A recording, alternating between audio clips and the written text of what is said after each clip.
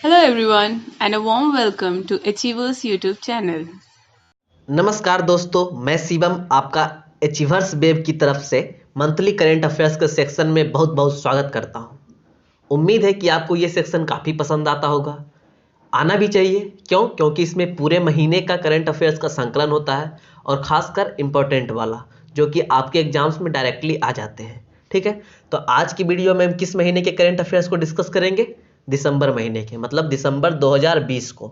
ये 2020 के महीने का अंतिम करंट अफेयर्स है। ठीक है, माफ़ कीजिएगा थोड़ी सी देर हुई है लाने में, लेकिन कुछ कारणों से देरी हुई है, आप लोग समझ सकते हैं, कोऑपरेट कीजिएगा। और एक बात और, वीडियो के अंत तक जरूर बने रहिएगा। 60 से 70 क्वेश्चन के आसपास रहेगा। ठीक है, जिसे हम लोग 50 या 40 मिनट में डिस्कस कर लेंगे। ठीक है, तो दोस्तों हम लोग शुरू करेंगे मंथली करेंट अफेयर्स के सेक्शन को। उसके पहले आप सबों से रिक्वेस्ट है कि आप में से कोई यदि हमारे चैनल पर नए हैं तो प्लीज़ चैनल को सब्सक्राइब कर दीजिए और बेल आइकन को भी प्रेस कर लीजिए, ताकि आपको आपके मोबाइल की घंटी समय समय पर बजती रहे जब भी हमारी वीडियो आएगी तब। ओके, तो चलिए देखते हैं पहले प्रश्न को कि क्या कहता है हमारा पहला प्रश्न। हाल ही में जारी यूएस एयर क्वालिटी इंडेक्स के अनुसार कौन सा शहर दुनिया के सबसे प्रदूषित शहरों की सूची में सबसे ऊपर है? कौन सा शहर जो है दुनिया में सबसे प्रदूषित है, ये आज का पहला प्रश्न है। तो लाहौर जो है, यूएस एयर क्वालिटी इंडेक्स अभी आई थी दिसंबर में, तो उसके अनुसार से लाहौर सबसे ज़्यादा प्रदूषित शहर है। और यदि सेकेंड पर बात करें लाहौर के बाद, तो बस हमारा दिल्ली सेकेंड पर है। ओके, तो आप लोग ध्यान रखिएगा, ये रैंकिंग, ये इंडेक्स यूएस एयर क्वालिटी द्वारा जारी की गई है। ठीक है, चलिए अगले प्रश्न को हम लोग देखेंगे। अगला प्रश्न है कि हॉर्नबिल नामक त्यौहार किस राज्य में 1 दिसंबर से 10 दिसंबर के बीच मनाया जाएगा या मनाया जा चुका है? तो हॉर्नबिल फेस्टिवल के बारे में आप लोगों को जरूर पता होगा। बहुत ही इंपॉर्टेंट फेस्टिवल है। आपके एग्जाम्स में बार बार इससे प्रश्न पूछे जाते हैं कि भाई बताओ हॉर्नबिल फेस्टिवल कहाँ मनाया जाता है। तो हॉर्नबिल फेस्टिवल जो है नागालैंड में मनाया जाता है। ठीक है, और ये प्रत्येक वर्ष दिसंबर के महीने में मनाया जाता है, और वही दिसंबर के पहले वीक में। ठीक है, मतलब 1 दिसंबर से 10 दिसंबर के बीच में। ओके, ये होता है। हॉर्नबिल फेस्टिवल को त्योहारों का त्योहार कहा जाता है नागालैंड में। ये 10 दिवसीय होता है। इसमें क्या क्या किया जाता है भाई? तो इसमें लोक नृत्य, पारंपरिक संगीत, स्थानीय व्यंजन, हस्तशिल्प, ये सारों को दिखाया जाता है। ठीक है, मतलब अपनी संस्कृति का परिचय दिया जाता है नागालैंड के लोगों के द्वारा। ओके, और इस बार का जो संस्करण हुआ कोरोना वायरस के कारण वर्चुअली मनाया गया। ठीक है, चलिए अगले प्रश्न को हम लोग देखेंगे। अगला प्रश्न है कि किस लघु फिल्म को 93 एकेडमी पुरस्कार में भारत की आधिकारिक प्रविष्टि के तौर पर चुना गया है? देखिए, जितने भी एकेडमी पुरस्कार मतलब ऑस्कर में 2 फिल्म नॉमिनेट करके इंडिया की तरफ से भेजे जाते हैं, एक शॉर्ट में और एक फुल फिल्म। ठीक है, तो शॉर्ट फिल्म में सेमलेस को भेजा गया इंडिया की तरफ से, मतलब इंडिया की तरफ से आधिकारिक प्रविष्टि सेमलेस है 93 एकेडमी अवार्ड में। और फिल्म की बात करें तो जलीकट्टू है। ठीक है, तो ये दोनों फिल्म है। ओके, चलिए, तो ये शॉर्ट फिल्म है सेमलेस। ठीक है, अब अगले प्रश्न को हम लोग देखते हैं कि किस नदी पर जल्द ही एक रामायण क्रूज सेवा की शुरुआत की जाएगी? रामायण क्रूज सेवा, तो ये बहुत ही आसान सा प्रश्न है, आप लोगों को आसानी से याद भी रह जाएगा कि रामायण क्रूज सेवा। तो रामायण क्रूज सेवा किस नदी पर? रामायण का मेन रूप से संबंध, जब रामायण का नाम याद आता है आपको, तो आप किसका याद आता है? आपको अयोध्या का याद आता होगा पक्का। तो जब अयोध्या है तो अयोध्या किस नदी के किनारे है? सरयू नदी के किनारे। तो रामायण क्रूज सेवा की शुरुआत कहाँ की जाएगी? सरयू नदी पर। ओके, इंपॉर्टेंट प्रश्न है, आप लोग ध्यान रखिएगा। हम अगले प्रश्न को देखेंगे। अगला प्रश्न है कि हाल ही में बीएसएफ का कौन सा स्थापना दिवस मनाया गया? तो बीएसएफ का 56वां स्थापना दिवस मनाया गया। आपको क्या ध्यान रखना है कि बीएसएफ का स्थापना दिवस कब मनाया जाता है? तो 1 दिसंबर को। ठीक है, कब? 1 दिसंबर को। और जब 1 दिसंबर की बात आई है तो 1 दिसंबर को एड्स डे भी मनाया जाता है, विश्व एड्स दिवस। ये भी आपको याद रखना है। हाँ, कभी कभी आपसे एग्जाम्स में ये भी पूछा जाता है कि सीमा सुरक्षा बल का मोट्टो क्या है, आदर्श वाक्य क्या है? तो जीवन पर्यंत कर्तव्यम। ठीक है, ये इसका मोट्टो है, आदर्श वाक्य। ठीक है, और अभी सीमा सुरक्षा बल के महानिदेशक कौन है? राकेश अस्थाना जी हैं। ठीक है, आप लोग ध्यान रखिएगा। तो आई होप कि आपको सीमा सुरक्षा बल अर्थात बीएसएफ के बारे में समझ आया होगा। अब हम अगले प्रश्न को देखते हैं कि हाल ही में केंद्रीय आदिवासी मामलों के मंत्री द्वारा शुरू किए गए आदि महोत्सव का केंद्र कौन सा राज्य है?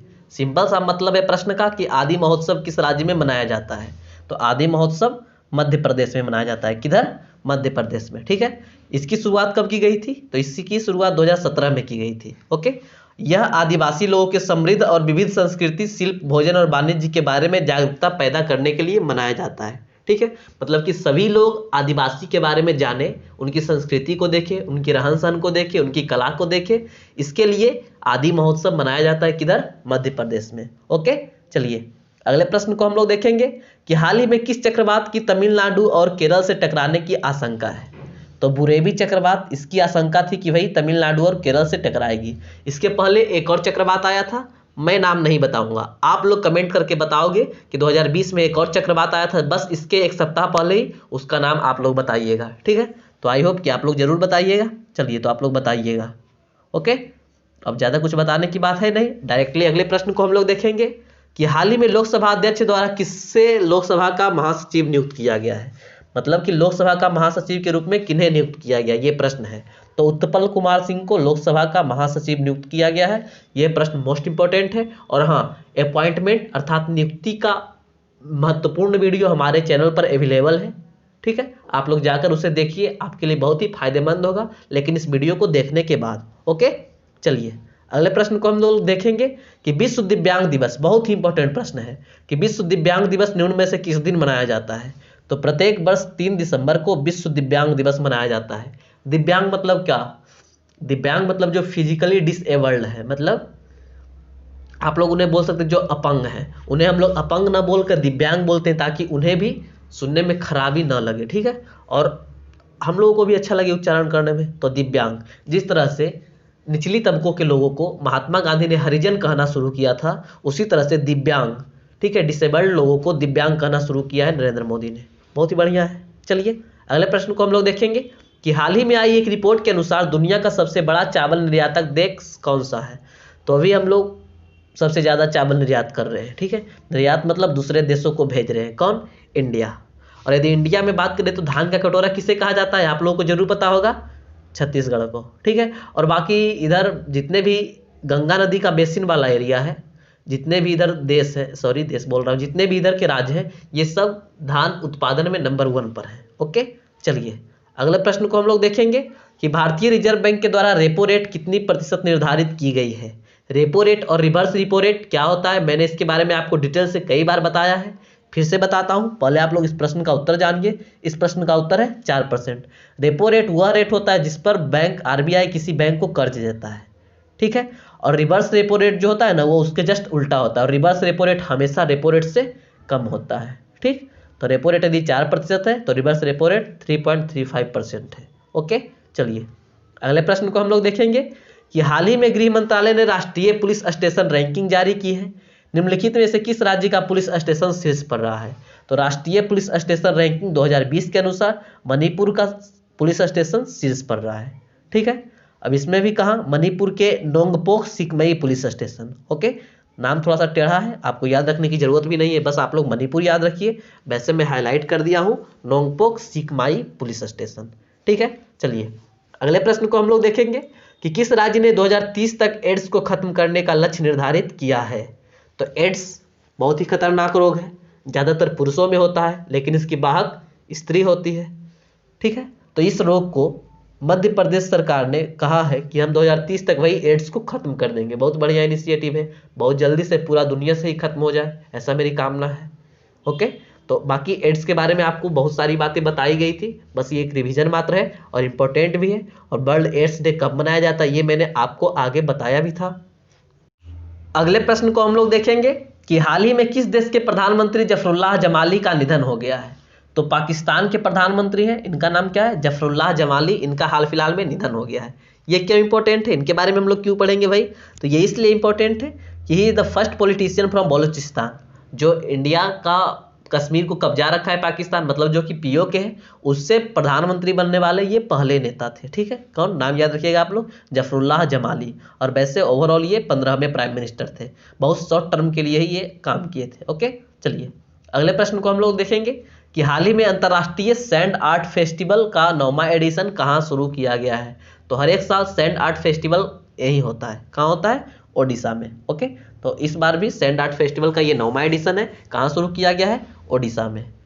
ठीक है, चलिए एक और बात मैं बताना चाहता हूँ इसके साथ साथ कि कोणार्क फेस्टिवल का 31st एडिशन मतलब 31वां एडिशन भी ओडिशा में शुरू हुआ था और हो भी गया, ये संपन्न हो गया है। ओके, चलिए अगले प्रश्न को हम लोग देखेंगे कि हाल ही में T20 में उच्चतम रेटिंग अंक प्राप्त करने वाला पहला क्रिकेट खिलाड़ी कौन बना है। तो अभी तक कोई भी खिलाड़ी T20 में इतना रेटिंग नहीं प्राप्त किया था। ये 900 प्लस रेटिंग प्राप्त करने वाले T20 में पहले क्रिकेट खिलाड़ी हैं। इसका नाम याद रखिएगा, डेविड मलान। आज तक किन्हीं को भी अभी तक T20 में 900 प्लस अंक नहीं मिले थे, ये पहली बार मिले हैं डेविड मलान को। ओके, चलिए अगले प्रश्न को हम लोग देखेंगे कि हाल ही में किस राज्य में स्थित मजेरहाट ब्रिज को जय हिंद ब्रिज से नामित किया गया है। तो मजेरहाट ब्रिज वेस्ट बंगाल का है। किधर का है? वेस्ट बंगाल का। और इसके ब्रिज का नामकरण, मजेरहाट ब्रिज का नामकरण जय हिंद ब्रिज से नामित किया गया है। किनके सम्मान में? तो सुभाष चंद्र बोस के सम्मान में। एक बात और मैं आपको बता दूं कि अभी फिलहाल क्या होने वाले हैं, वेस्ट बंगाल में चुनाव होने वाले हैं। तो इससे संबंधित जितना भी न्यूज हो सके आप लोग अपने दिमाग में अपडेटेड रखिएगा, ठीक है, क्योंकि ये अभी क्या उसको बोलते हैं, अभी ये फ्रंट पर है, ये हमेशा लाइमलाइट में रहेगा और इससे प्रश्न बहुत ज़्यादा पूछे जाएंगे। ओके, चलिए अगले प्रश्न को हम लोग देखेंगे कि उपराष्ट्रपति वेंकैया नायडू के द्वारा जारी पुस्तक 40 years with Abdul Kalam untold stories के लेखक कौन है। एक किताब है 40 years with Abdul Kalam untold stories, ये उपराष्ट्रपति वेंकैया नायडू द्वारा विमोचन इसका किया गया है और पूछ रहा है कि इसके लेखक कौन है। तो इसके लेखक है डॉक्टर ए शिवाथानु पिल्लई। कौन है? Doctor A Sivathanu Pillai. Okay, तो आप लोग नाम याद रखिएगा और पुस्तक का नाम तो ऑलमोस्ट याद ही रहेगा आप लोगों को। और अब्दुल कलाम के बारे में ये पुस्तक है, ठीक है। और अब्दुल कलाम को कौन नहीं जानता है, मिसाइल मैन के नाम से प्रचलित थे। और बाकी इनके बारे में मुझे परिचय देने की जरूरत नहीं है, ये किसी परिचय के मोहताज नहीं है, ठीक है। अगले प्रश्न को हम लोग देखेंगे कि बिहार में पहली बार आयोजित हो रहे बिहार माइग्रेटरी बर्ड फेस्टिवल किस जिले में आयोजित किया जाएगा। तो ये बिहार के भागलपुर में आयोजित किया गया है। क्या? Bihar migratory bird festival. Okay, जितने भी माइग्रेटरी बर्ड आते हैं, मतलब कि आप लोग सुनते होंगे जब जब हल्का हल्का इधर जब बसंत ऋतु आएगा, ठीक है, मार्च अप्रैल के महीने में, तो क्या होता है कि उधर से साइबेरियन पक्षी आते हैं बिहार में। कांवर झील, खासकर कांवर झील बेगूसराय वगैरह में बहुत ज़्यादा आते हैं, तो उन्हीं को माइग्रेटरी बर्ड बोलते हैं। ओके, और इसी का फेस्टिवल मनाया जाएगा कहाँ? बिहार के भागलपुर में, ठीक है। चलिए अगले प्रश्न को हम लोग देखेंगे कि किस भारतीय शिक्षक को वैश्विक शिक्षक पुरस्कार 2020 के विजेता के रूप में नामित किया है। तो रणजीत सिंह दिसाले को वैश्विक शिक्षक पुरस्कार 2020 के विजेता के रूप में नामित किया गया है। ये महाराष्ट्र के शिक्षक हैं, ठीक है, महाराष्ट्र राज्य के रहने वाले हैं। देखिए ये जो 2020 गया ना, मैंने कई बार आपको बताया, बहुत सारी बातें सिखा कर गया है। बहुत सारे लोगों को विश्व पटल पर लाकर खड़ा कर दिया। क्यों? क्योंकि बहुत सारे लोग लज्जा से भी सामने नहीं आ पाते थे, लेकिन जब वर्चुअली काम होना स्टार्ट हुआ तो बहुत सारे लोग घर में बैठकर आराम से अपने आप को प्रदर्शित कर पाए विश्व पटल पर, ठीक है। तो उसी कड़ी में एक इनका भी नाम है, रणजीत सिंह दिसाले का। और जब शिक्षक की बात आ रही है तो शिक्षक दिवस के बारे में आपको पता होगा, 5 सितंबर को मनाया जाता है इंडिया में और पूरे वर्ल्ड में 5 अक्टूबर को। अगले प्रश्न को देखेंगे। अगला प्रश्न है कि हर साल भारतीय सशस्त्र सेना झंडा दिवस कब मनाया जाता है। Indian armed force flag day. तो प्रत्येक वर्ष 7 दिसंबर को Indian armed forces flag day मनाया जाता है, ठीक है। ये कब से और क्यों मनाया जाता है इसके बारे में जानिए आप लोग कि वार्षिक दिवस शहीदों और हमारे देश के सैनिकों को सम्मानित करने के लिए मनाया जाता है। इसकी शुरुआत 28 अगस्त 1949 को तत्कालीन रक्षा मंत्री बलदेव सिंह, जो कि पहले रक्षा मंत्री हैं भारत के, थे, ठीक है, के अधीन की एक समिति द्वारा 7 दिसंबर को सालाना झंडा दिवस मनाने की फैसला से हुई। ओके, तो हर साल भारतीय सशस्त्र सेना झंडा दिवस कब मनाया जाता है? 7 दिसंबर को, और ये 1949 से ही मनाया जाते आ रहा है, ठीक है। तो आप लोग ध्यान रखिएगा, इस दिन के बारे में बहुत ही महत्वपूर्ण है। अगले प्रश्न को हम लोग देखेंगे और ज़्यादा कुछ बताने की बात है नहीं। हाँ, एक पॉइंट और जो मुझे याद आता है कि सशस्त्र सेना झंडा दिवस के अवसर पर सशस्त्र सेना झंडा कोष में 10 करोड़ या 15 करोड़ रुपया देने की घोषणा की थी SBI ने। ओके, ये बात थी, ठीक है। अब अगले प्रश्न को हम लोग देखेंगे। अगला प्रश्न है क्वेश्चन नंबर 22 कि 2024 में पेरिस ओलंपिक में किस नृत्य शैली की शुरुआत होगी? Which dance form will make it's Olympic debut in Paris Olympics इन 2024? तो ब्रेक डांस को आप लोगों ने जरूर सुना होगा, नाम को आप लोग करना जानते हैं या नहीं इससे मतलब नहीं है, लेकिन आप लोगों ने इस नाम से अवश्य वाकिफ होंगे। तो ब्रेक डांस को 2024 ओलंपिक में इसका डेब्यूट होगा। कहाँ डेब्यू होगा इसका? पेरिस ओलंपिक में। ओके, तो आप लोग ध्यान रखिएगा। एक बात और, break dancing will be the first dance sports event to appear at the Olympic games. मतलब ये डांस स्पोर्ट है और ये पहला डांस स्पोर्ट इवेंट है जो ओलंपिक में खेला जाएगा। ओके, चलिए अगले प्रश्न को हम लोग देखेंगे। अगला प्रश्न है कि कौन सा देश विश्व आर्थिक मंच 2021 की मेजबानी करेगा? Which nation will host the world economic forum 2021? तो सिंगापुर विश्व आर्थिक मंच 2021 की मेजबानी करेगा। चलिए, मुझे पता तो है लेकिन मैं नहीं बताऊंगा, आप लोग कमेंट करके बताओ कि विश्व आर्थिक मंच 2020 का मेजबानी किसने किया था।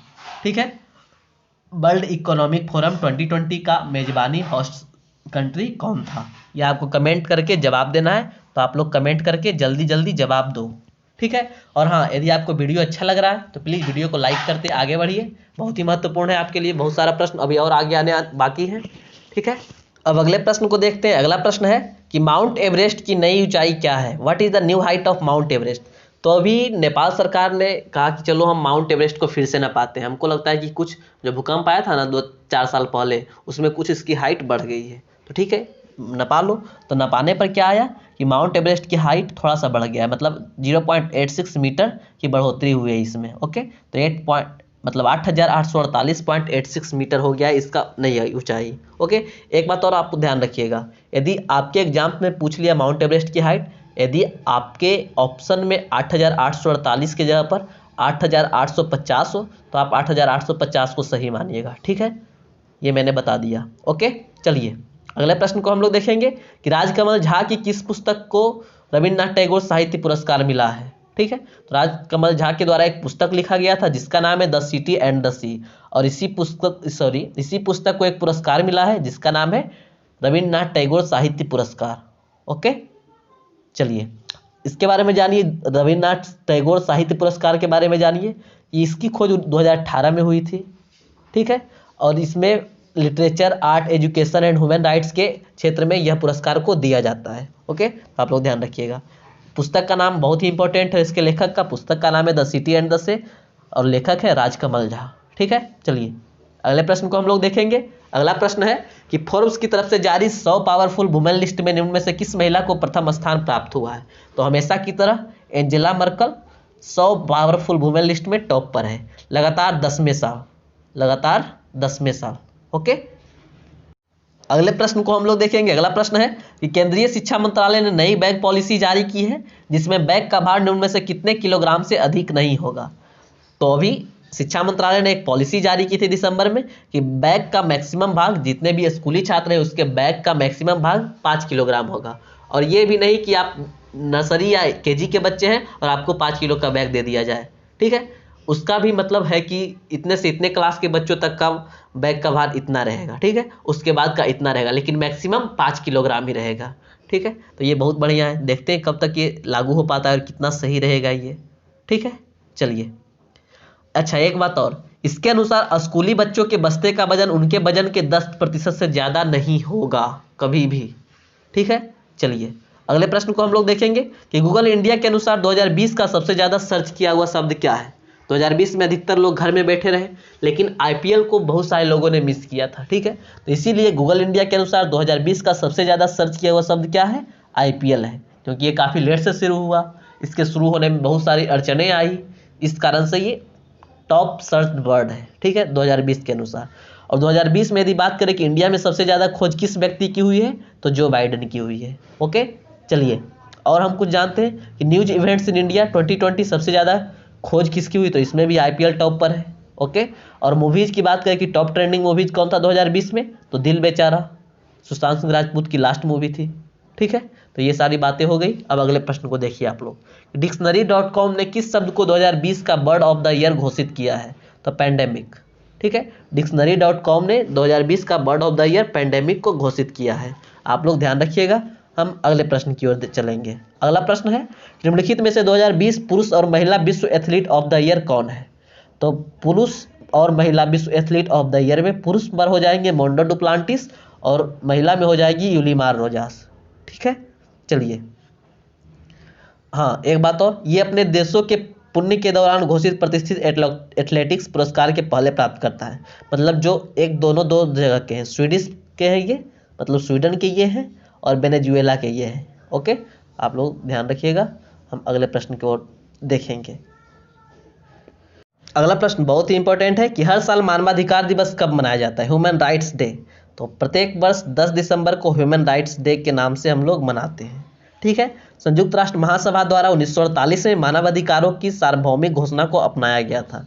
बहुत ही इंपॉर्टेंट यह दिन है, VVI आप लोग कर लीजिए कि मानवाधिकार दिवस कब मनाया जाता है, तो प्रत्येक वर्ष 10 दिसंबर को मनाया जाता है। ओके, चलिए अगले प्रश्न को हम लोग देखेंगे कि भारत सरकार ने देश भर में पब्लिक इंटरनेट के लिए किस योजना का ऐलान किया है। ये भी बहुत ही ज़्यादा महत्वपूर्ण प्रश्न है, VVI है, ठीक है, वेरी वेरी इंपॉर्टेंट प्रश्न है।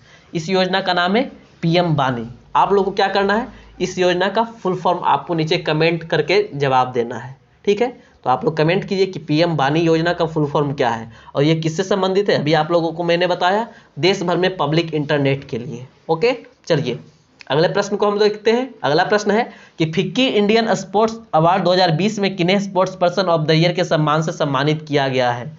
तो बजरंग पूनिया जो कि रेसलिंग से संबंधित है, और इलेवेनिल बेल्वेरियन को जो कि शूटिंग से संबंधित है, ठीक है। तो ये दोनों को फिक्की 2020 के द्वारा sports person of the year के सम्मान से सम्मानित किया गया है, ठीक है। खेल का नाम आप लोगों को याद रखना है कि किस खेल से संबंधित है, इलेवेनिल बेल्वेरियन शूटिंग से संबंधित है। इनका नाम सबसे ज़्यादा महत्वपूर्ण है आपके लिए। ओके, चलिए अगले प्रश्न को हम देखते हैं। अगला प्रश्न है कि 2020 में Ramanujan prize for young mathematicians पुरस्कार के विजेता कौन है। तो कैरोलिना आराजुओ। कौन है? कैरोलिना आराजुओ। किस पुरस्कार के विजेता? बहुत ही इंपॉर्टेंट पुरस्कार ये भी है, 2020 Ramanujan prize for young mathematicians. Okay, नाम याद रखिएगा आप लोग, कैरोलिना आराजुओ। ओके, चलता हूँ अगले प्रश्न की ओर। अगला प्रश्न है कि प्रत्येक वर्ष यूनिसेफ डे कब मनाया जाता है। When is UNICEF day celebrated every year. तो प्रत्येक वर्ष 11 दिसंबर को वर्ल्ड यूनिसेफ डे मनाया जाता है, ठीक है। और यूनिसेफ के बारे में तो आपको पता ही होगा, नहीं पता है तो जानिए। यूनिसेफ का हेडक्वार्टर कहाँ है? New York, United states of America में, ठीक है। यूनिसेफ का फुल फॉर्म क्या होता है? United nation international children emergency fund. और अभी इसके डायरेक्टर कौन है? Henrietta H. फोर। ओके, ध्यान रखिएगा आप लोग, डायरेक्टर को नहीं, इसके फुल फॉर्म को, ज़्यादा इसका फुल फॉर्म पूछा जाता है और इसका हेडक्वार्टर पूछा जाता है, ठीक है। अगले प्रश्न को हम देखते हैं कि टाइम्स मैगजीन द्वारा time person of the year 2020 से किसे नामित किया गया है।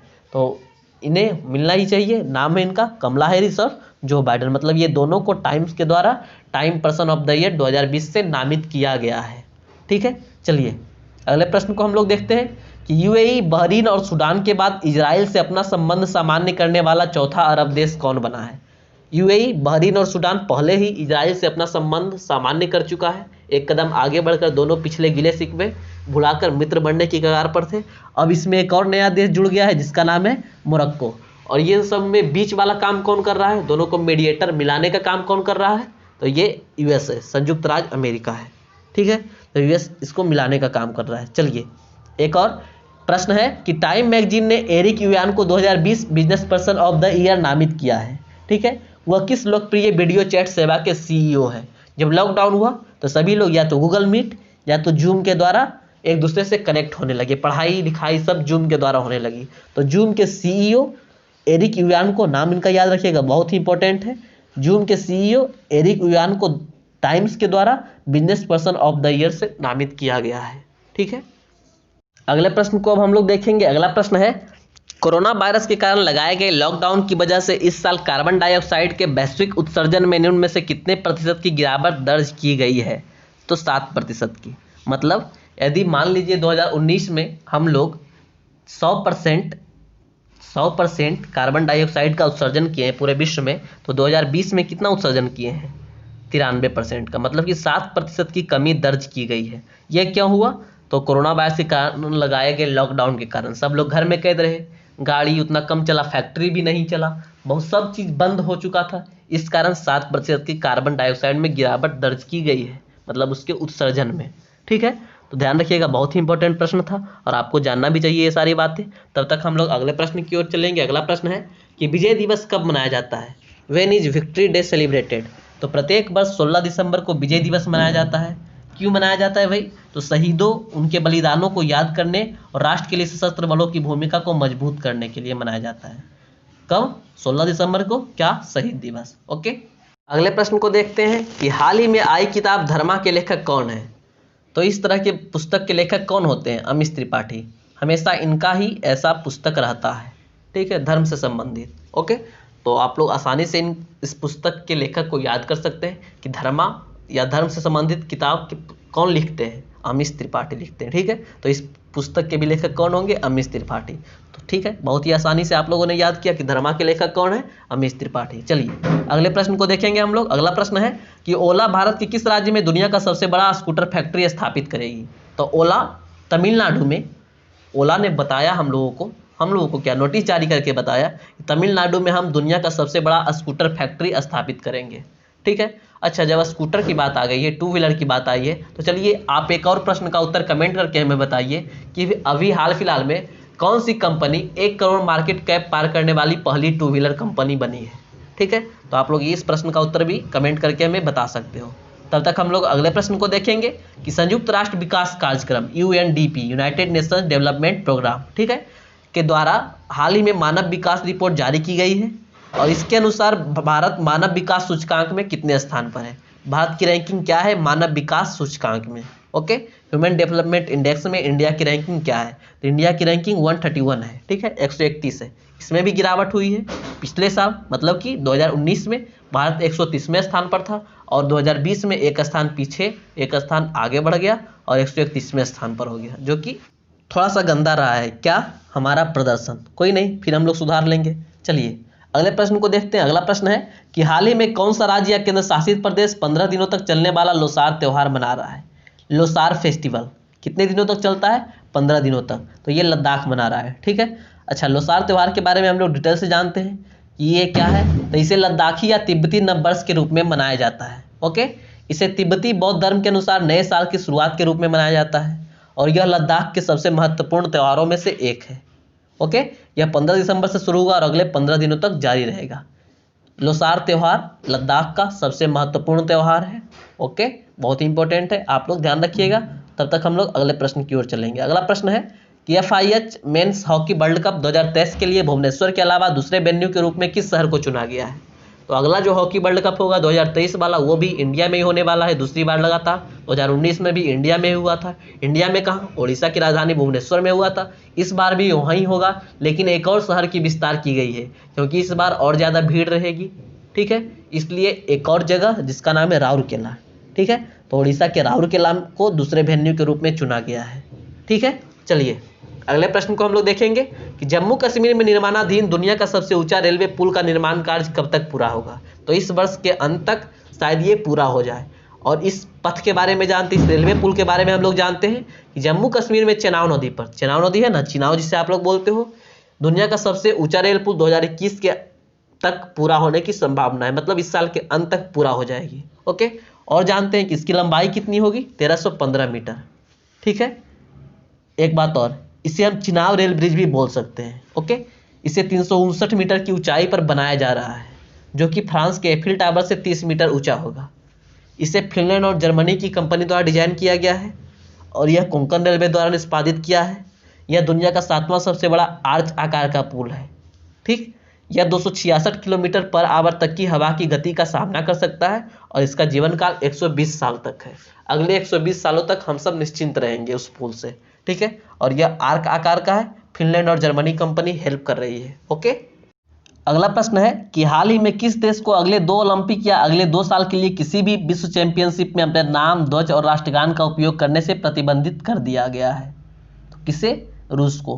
क्यों भाई? इसने बाडा से, जो विश्व डोपिंग रोधी एजेंसी होती है ना, इससे ये ज़्यादा बकझक कर लिया था। ठीक है, इसको तो 4 साल के प्रतिबंध की पेशकश की थी, लेकिन इसकी अपेक्षा में रूस को कम सजा मिली है, बच गया है। अब देखिए 2 साल मतलब कि 4 Olympic, summer Olympic, winter Olympic होते हैं, तो 2 साल ये 2 बार ओलंपिक में नहीं भाग लेगा। कौन? रूस। ठीक है, तो बहुत ही इंपॉर्टेंट था आपके लिए, इसलिए दिया गया इस प्रश्न को। तब तक हम लोग अगले प्रश्न को देखेंगे कि पोलैंड के किस फुटबॉल खिलाड़ी ने हाल ही में FIFA best men's player award को जीत लिया है? तो रॉबर्ट लेवांडोव्स्की। किसने? Robert Lewandowski.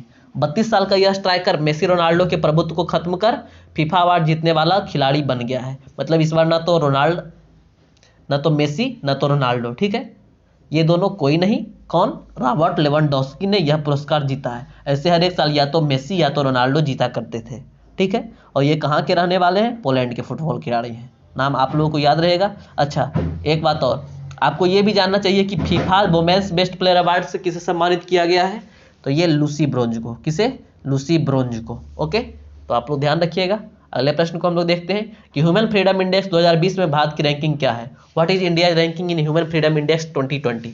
तो 111 है। कितना है रैंकिंग भारत की? 111।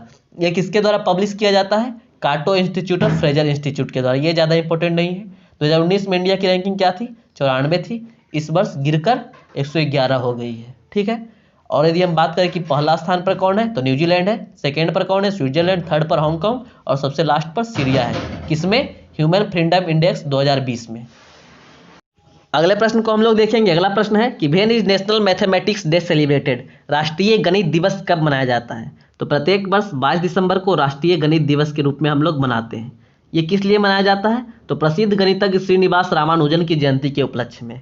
ठीक है। और इनका जन्म कब हुआ था? 22 दिसंबर 1887 को। रामानुजन के बारे में आप लोग अवश्य जानते होंगे। खासकर इनकी द्वारा रचित संख्याएं, रामानुजन संख्याएं के बारे में भी आप लोग जानते होंगे। मतलब इन्होंने संख्याओं की खोज की थी, रामानुजन संख्याओं की, उसके बारे में बताया था। और ये एक बहुत बड़े गणितज्ञ थे जिनकी बहुत कम उम्र में ही मृत्यु हो गई थी। ओके। बाकी इनके बारे में आपको डिटेल से पढ़ना है तो आप लोग गूगल कर लीजिएगा। हम लोग अगले प्रश्न की ओर बढ़ेंगे। अगला प्रश्न है कि खेल मंत्रालय ने खेलो इंडिया यूथ गेम्स 2021 में कितने स्वदेशी खेलों को शामिल करने के लिए अपनी मंजूरी दे दी है, जो कि हरियाणा में होने वाला है। खेलो इंडिया यूथ गेम्स 2021 हरियाणा में होने वाला, ये तो आपको पता है। इसमें 4 स्वदेशी खेलों को ऐड किया गया है। ये कौन कौन सा खेल है आप लोग जानिए इसके बारे में। थांगता, गतका, मलखंभ और कलारी पट्टू। ठीक है। थांगता, गतका, मलखंभ और कलारी पट्टू। केंद्रीय खेल मंत्री अभी कौन है? किरण रिजिजू। ओके। आप लोग ध्यान रखिएगा, इनका नाम बहुत ही इंपॉर्टेंट है। और अगला कहाँ होने वाला है ये भी ध्यान रखना है। कहाँ होने वाला है? हरियाणा में। जगह का नाम मैं बता दूं, रोहतक में। पिछला कहाँ हुआ था? कहाँ हुआ था? असम के गुवाहाटी में। वाह, आप लोगों को तो बहुत सारा तथ्य याद है। हम लोग अगले प्रश्न को देखेंगे। अगला प्रश्न है कि राष्ट्रीय किसान दिवस कब मनाया जाता है? When is national farmers day celebrated. तो प्रत्येक वर्ष 23 दिसंबर को राष्ट्रीय किसान दिवस मनाया जाता है। किनके उपलक्ष्य में? तो पूर्व प्रधानमंत्री चौधरी चरण सिंह की जयंती के उपलक्ष्य में। ठीक है। इस दिन क्या क्या होता है? बहुत सारे कार्य होते हैं, जैसे कि विभिन्न कार्यक्रम होता है, कृषि से संबंधित संगोष्ठी होता है, प्रतियोगिता का आयोजन किया जाता है। इसके महत्व लोगों को शिक्षित करने के लिए। ठीक है। मेन रूप से इसका काम होता है कि भाई लोगों को ज़्यादा से ज़्यादा शिक्षित किया जाए कि हम लोग किस तरह से काम करेंगे तो कृषि में ज़्यादा उपज होगी, ज़्यादा पैदावार होगा और ज़्यादा लाभ होगा। ओके। अगले प्रश्न को हम लोग देखेंगे कि हाल ही में किस देश ने भारत के प्रधानमंत्री नरेंद्र मोदी को लीजन ऑफ मेरिट पुरस्कार से सम्मानित करने की घोषणा की है? तो अमेरिका द्वारा यह घोषणा किया गया है। और लीजन ऑफ मेरिट अवार्ड से सम्मानित होने वाले नरेंद्र मोदी पहले भारतीय बनेंगे। ठीक है। आप लोग ध्यान रखिएगा इनके बारे में। चलिए अगले प्रश्न को हम लोग देखते हैं। अगला प्रश्न है, जिनमें से किस दिग्गज फिल्म अभिनेता को अमेरिका के न्यू जर्सी में लाइफ टाइम अचीवमेंट के अवार्ड से सम्मानित किया गया है? धर्मेंद्र को। धर्मेंद्र का नाम आप लोग जानते होंगे? नहीं जानते हैं? शोले फिल्म को आप लोगों ने जरूर देखा होगा, तो उसमें धर्मेंद्र बहुत ही फेमस हुए थे उस फिल्म से। ओके।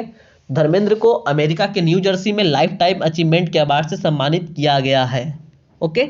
एक बात और आप लोग ध्यान रखिएगा कि आपको इस तरह के प्रश्न में सुशांत सिंह राजपूत का नाम देकर उलझाया जा सकता है। ठीक है। तो आप लोग उलझिएगा नहीं, आप लोग क्लियरली नोट बनाकर रखिएगा ताकि आप लोगों को दिक्कत ना हो समझने में। ठीक है। अगले प्रश्न को हम लोग देखते हैं कि भारत में सुशासन दिवस कब मनाया जाता है? तो इस प्रश्न का उत्तर देने में आप लोगों को कोई तकलीफ नहीं होगी और इस प्रश्न का उत्तर आप लोगों को जरूर पता होगा। जी हाँ, प्रत्येक वर्ष 25 दिसंबर को भारत में सुशासन दिवस मनाया जाता है। क्यों मनाया जाता है? तो इसी दिन अटल बिहारी वाजपेयी की जयंती हुई थी और इनके जयंती के उपलक्ष्य में सुशासन दिवस मनाया जाता है। अटल बिहारी वाजपेयी की समाधि का नाम क्या है? सदैव अटल। क्या है? सदैव अटल। ठीक है। अटल बिहारी वाजपेयी को कौन नहीं जानता है? जिस तरह से अभी अमेरिका में हिंसा हो रहा है ना, ये बहुत अच्छे नेता थे। इनका कहना था मैं रहूं या ना रहूं, देश रहना चाहिए। ओके। लेकिन अभी जो ट्रंप साहब है उनका अलग मत है कि भाई हम जा रहे हैं तो कुछ करके जाओ। चलिए कोई नहीं, अगले प्रश्न को हम लोग देखते हैं। अगला प्रश्न है कि एसोचैम के नए अध्यक्ष के रूप में किसे नियुक्त किया गया है? तो एसोचैम के नए अध्यक्ष के रूप में विनीत अग्रवाल को नियुक्त किया गया है। अच्छा, इसके बारे में और मैं ज़्यादा क्या बताऊं? कुछ ज़्यादा बताने को है नहीं, आप लोग ही बताओ। नहीं छोड़ो, मैं ही बताता हूँ। एसोचैम का फुल फॉर्म क्या होता है? Associated chambers of commerce and industry of India. ठीक है। ये हो गया एसोचैम का फुल फॉर्म। और इसमें 21 दिसंबर से विनीत अग्रवाल को उद्योग निकाय के नए अध्यक्ष के रूप में नियुक्त किया गया था। ओके। चलिए अगले प्रश्न को हम लोग देखते हैं कि तसोकार वेटलैंड को अंतर्राष्ट्रीय महत्व के वेटलैंड के रूप में मान्यता दी गई है। यह कहाँ स्थित है? तो यह लद्दाख में स्थित है। वेटलैंड क्या होता है ये आपको जरूर पता होगा। वेटलैंड और रामसर साइट ये दोनों अभी आपके लिए बहुत ही महत्वपूर्ण है, बहुत ज़्यादा ट्रेंडिंग भी है और आपसे पूछा भी जाता है कि वर्ल्ड वेटलैंड्स डे कब मनाया जाता है। इस तरह के प्रश्न आपसे अक्सर पूछे जाते हैं। ठीक है, तो वेटलैंड्स डे कब मनाया जाता है इसके बारे में आप लोगों को ध्यान रखना है। अभी तक भारत में कितने वेटलैंड्स प्लेसेज हैं या रामसर साइट है, इसके बारे में आप लोगों को ध्यान रखना है। तो शायद 42 हो चुके हैं अब इसके बाद। ओके, और वैसे वेटलैंड्स के ऊपर एक वीडियो आपके लिए जल्द ही आने वाला है, आप लोग निश्चिंत रहें। ठीक है, चलिए अगले प्रश्न को हम लोग देखते हैं। अगला प्रश्न है कि हाल ही में असम ने किस भाषा को अपनी राजभाषा बनाने के लिए एक संशोधन बिल पारित किया है। तो असम ने बोडो को अपनी राजभाषा बनाने के लिए एक संशोधन बिल पारित किया है। बोडो के साथ साथ इंग्लिश भी एक कार्यकारी भाषा रहेगी ही। ओके, चलिए अगले प्रश्न को देखते हैं कि हाल ही में आई पुस्तक अयोध्या के लेखक कौन है। Who is the author of the recent book Ayodhya. Ayodhya नाम का एक पुस्तक है जो कि देवेंद्र फडणवीस द्वारा इसकी लॉन्चिंग किया गया है, मतलब इसका विमोचन किया गया है। और इसके लेखक कौन है, माधव भंडारी जी हैं। ठीक है, और इस पुस्तक के बारे में, अयोध्या के बारे में दिया जाएगा, इसके इतिहास के बारे में बताया गया है। ओके, अब हम लोग थोड़ा सा राम मंदिर और अयोध्या की बात आई है, तो राम मंदिर के बारे में आप लोग जानिए कि राम मंदिर का निर्माण नागर शैली में किया जाएगा। ओके, और मंदिर के वास्तुकार कौन है, चंद्रकांत सोमपुरा जी हैं। ठीक है, नॉर्थ इंडिया में जितने भी इंपॉर्टेंट मंदिर बने हैं सब नागर शैली से बने हैं। दक्षिण भारत के जितने भी इंपॉर्टेंट मंदिर बने हैं सब द्रविड़ शैली से बने हैं। और मध्य भारत या बीच भारत में जितने भी इंपॉर्टेंट मंदिर बने हैं सब बेसर शैली से बने हैं। ओके, तो आपको ये सारे याद रखना है। तब तक अगले प्रश्न को हम लोग देखते हैं। अगला प्रश्न होगा कि हाल ही में किस भारतीय खिलाड़ी को डोपिंग के कारण 2 साल के लिए बैन कर दिया गया है। तो सतनाम सिंह को। किन्हें, सतनाम सिंह को। सतनाम सिंह ऐसे पहले भारतीय खिलाड़ी थे जिन्हें बास्केटबॉल की सबसे बड़ी लीग में चुना गया था, मतलब NBA में चुना गया था। लेकिन अब डोपिंग के कारण ये 2 साल के लिए बैन कर दिए गए हैं। ओके, ये किस खेल से संबंधित है, मैंने अभी आपको बताया, बास्केटबॉल से। ओके, तो नाम आप लोगों को ध्यान रखना है, सतनाम सिंह, खेल का नाम बास्केटबॉल। ठीक है, चलिए अगले प्रश्न को हम लोग देखेंगे कि ओडिशा के मुख्यमंत्री ने किस शहर में भारत के सबसे बड़े हॉकी स्टेडियम बनाने की बात कही है। तो अभी मैंने आप लोगों को बताया कि राउरकेला को भुवनेश्वर के अलावा एक और वेन्यू के रूप में चुना गया इंटरनेशनल हॉकी वर्ल्ड कप 2023 के लिए। तो उधर ही 2023 वर्ल्ड कप तक, उसकी शुरुआत से पहले राउरकेला में भारत का सबसे बड़ा हॉकी स्टेडियम बनकर तैयार हो जाएगा। ऐसी घोषणा ओडिशा के मुख्यमंत्री श्री नवीन पटनायक ने करी थी। ओके, अगला प्रश्न है कि भारत की पहली लिथियम रिफाइनरी की स्थापना किस राज्य में होगी। तो ये गुजरात में होने वाला है। कहाँ, गुजरात में। वैसे आपको पता ही होगा कि लिथियम जो है इंडिया में पाया नहीं जाता है, लेकिन हम लोगों को कहीं दूसरे देश से लिथियम हाथ लगा है, तो उसकी रिफाइनरी हम बहुत जल्द से जल्द गुजरात में स्थापना करने वाले हैं। ओके, चलिए, और लिथियम आयन का आप लोग जरूर जानते होंगे, कोई भी फोन, स्मार्टफोन आपके पास जितना होगा उसमें जो भी बैटरी होता है यूज, उसमें लिथियम आयन का ही होता है। ठीक है, तो चलिए, उम्मीद है कि आपको वीडियो पसंद आ रहा होगा, और पसंद आ रहा है तो प्लीज़ एक छोटा सा प्यारा सा लाइक करते चलिए। ओके, आपका लाइक ही हमें मोटिवेट करता है ऐसे अच्छे अच्छे वीडियोज लाने के लिए।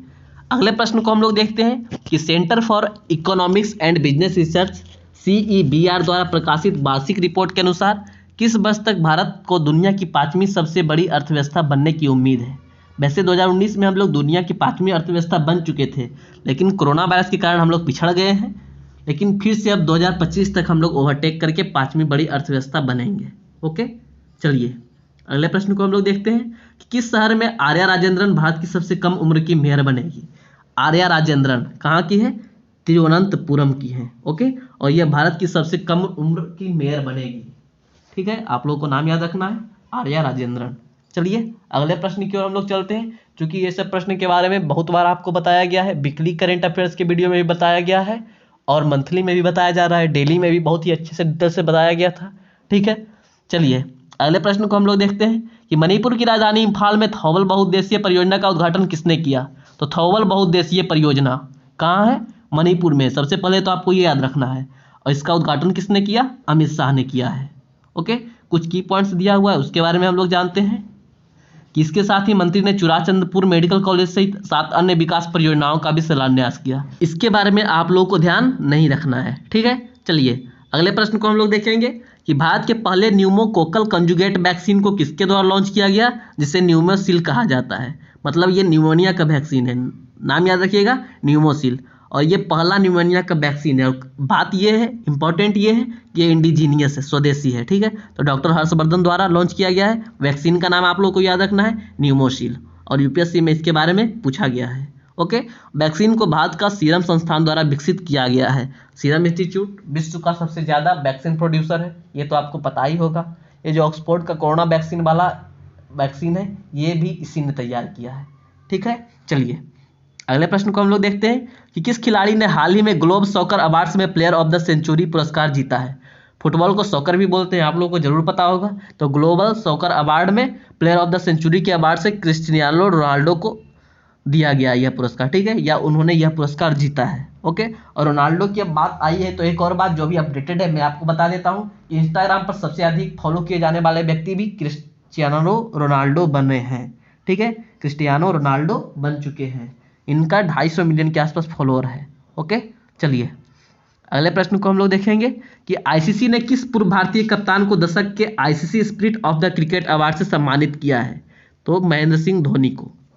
आप लोगों को पता होगा 2011 में इंग्लैंड से एक टेस्ट मैच चल रहा था जिसमें इयान बेल जो है ना एक विवादित तरीके से रन आउट हो गए थे, लेकिन धोनी ने गेम के स्पिरिट को सबसे ऊपर रखकर फिर से इयान बेल को वापस मैदान में बुलवा लिया। ठीक है, और इसीलिए उन्हें ICC spirit of the cricket award से सम्मानित किया गया है। ओके, एक बात और, अभी award of the decade ICC द्वारा अवार्ड्स ऑफ द डिकेड की घोषणा हुई है, जिसमें male cricketer of the year का अवार्ड विराट कोहली को और female cricketer of the year का अवार्ड एलिस पेरी को मिला है। ओके, और बाकी one day cricketer of the year का अवार्ड भी विराट कोहली को मिला है मेंस में।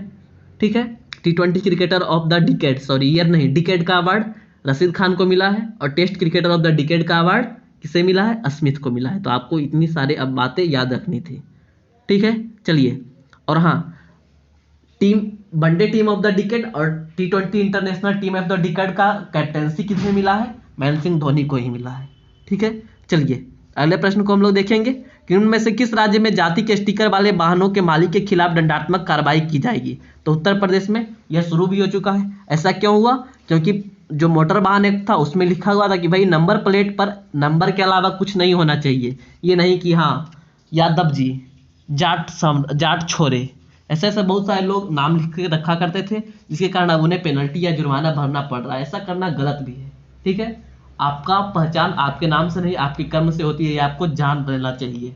ठीक है, ओके, चलिए प्रश्न को हम लोग देखते हैं कि हाल ही में प्रधानमंत्री नरेंद्र मोदी ने किस शहर में देश की पहली ड्राइवर रहित मेट्रो रेल का उद्घाटन किया है। मतलब ये जो मेट्रो ट्रेन है ये बिना ड्राइवर के ही चलेगी। अब ड्राइवर की नौकरी पर भी संकट आ रहा है, बताओ। तो दिल्ली में इसका उद्घाटन किया गया है नरेंद्र मोदी के द्वारा। ओके, चलिए एक बात और जानिए कि इसका जो क्या उसको उद्घाटन किया गया किस लाइन पर किया गया है। तो दिल्ली मेट्रो की 38 किलोमीटर लंबी लाइन 8 यानी मैजेंटा लाइन पर किया गया है। ठीक है, ये भी आपको याद रखना है, बहुत जरूरी है कि किस शहर में, दिल्ली में, और क्या ड्राइवरलेस मेट्रो, मतलब ड्राइवर रहित मेट्रो रेल का उद्घाटन। ओके, चलिए अगले प्रश्न को हम लोग देखते हैं कि संयुक्त राज्य अमेरिका ने किस साल के अंत तक चंद्रमा पर पहला परमाणु रिएक्टर स्थापित करने की योजना तैयार की है। तो अब बोला संयुक्त राज्य अमेरिका, चलो भाई हम धरती पर नहीं अब चंद्रमा पर एक परमाणु रिएक्टर स्थापित करते हैं। कब तक, 2026 तक। ठीक है, किसके सहयोग से, अमेरिकी ऊर्जा विभाग नासा के सहयोग से 2021 तक इसके डिजाइन का प्रस्ताव रखेगा और 2026 तक इसका निर्माण वहां संपूर्ण हो जाएगा। ठीक है, देखिए अब ये कहाँ तक सक्सेस हो पाता है। अगले प्रश्न को हम लोग देखते हैं। अगला प्रश्न है कि किस राज्य ने कोविड लॉकडाउन के दौरान किए गए प्रयासों के लिए डिजिटल इंडिया अवार्ड 2020 जीता है। तो किसने जीता है, बिहार ने जीता है। सरकार ने बताया कि बिहार का जो सरकार है, केंद्र सरकार ने बताया कि बिहार की जो लोकल गवर्नमेंट है उसने बहुत ही अच्छे तरीके से अपने लोगों को वापस घर लाया है। ठीक है, बहुत ज़्यादा डिजिटलीकरण करके, बहुत ज़्यादा कॉन्टैक्ट करके, इसलिए उन्हें ये अवार्ड मिला है। ओके, चलिए अगले प्रश्न को हम लोग देखते हैं कि किस देश ने भारत द्वारा भेंट की गई पनडुब्बी INS सिंधुवीर का कमीशन किया है। मतलब अपनी जल सेना में शामिल किया है INS सिंधुवीर को। तो किसने, म्यांमार ने। किसने, म्यांमार ने। ठीक है, तो म्यांमार को एक पनडुब्बी भेंट किया गया था इंडिया के द्वारा, नाम है उसका INS सिंधुवीर, और म्यांमार की अब जल सेना ने उसे अपने जल सेना में ऐड किया है। ओके, चलिए अगले प्रश्न को हम लोग देखते हैं कि किन दो देशों के बीच वायुसेना अभ्यास स्काई रोस आयोजित किया जाएगा। तो ये इंडिया और फ्रांस के बीच, कब, इसी महीने, मतलब जनवरी के महीने में ही इंडिया और फ्रांस के बीच एक अभ्यास आयोजित किया जाएगा, सैन्य अभ्यास। क्या नाम है उसका, स्काई रोस। ठीक है, स्काई रोस इधर लिखा हुआ है, आप लोग ध्यान रखिएगा, बहुत ही इंपॉर्टेंट होने वाला है, इंडिया और फ्रांस के बीच। ओके, चलिए अगले प्रश्न को हम लोग देखते हैं। अगला प्रश्न है कि हाल ही में प्रतिष्ठित तानसेन पुरस्कार से किसे सम्मानित किया गया है। तो पंडित सतीश व्यास को प्रतिष्ठित तानसेन पुरस्कार से सम्मानित किया गया है। आप लोग एक बात और जानिए कि तानसेन पुरस्कार का आयोजन कहाँ किया जाता है, तो प्रत्येक वर्ष मध्य प्रदेश में इसका आयोजन किया जाता है। ठीक है, और जब मध्य प्रदेश की बात आई है तो आप लोगों को ये भी जानना जरूरी है कि मध्य प्रदेश में कहाँ, ग्वालियर में।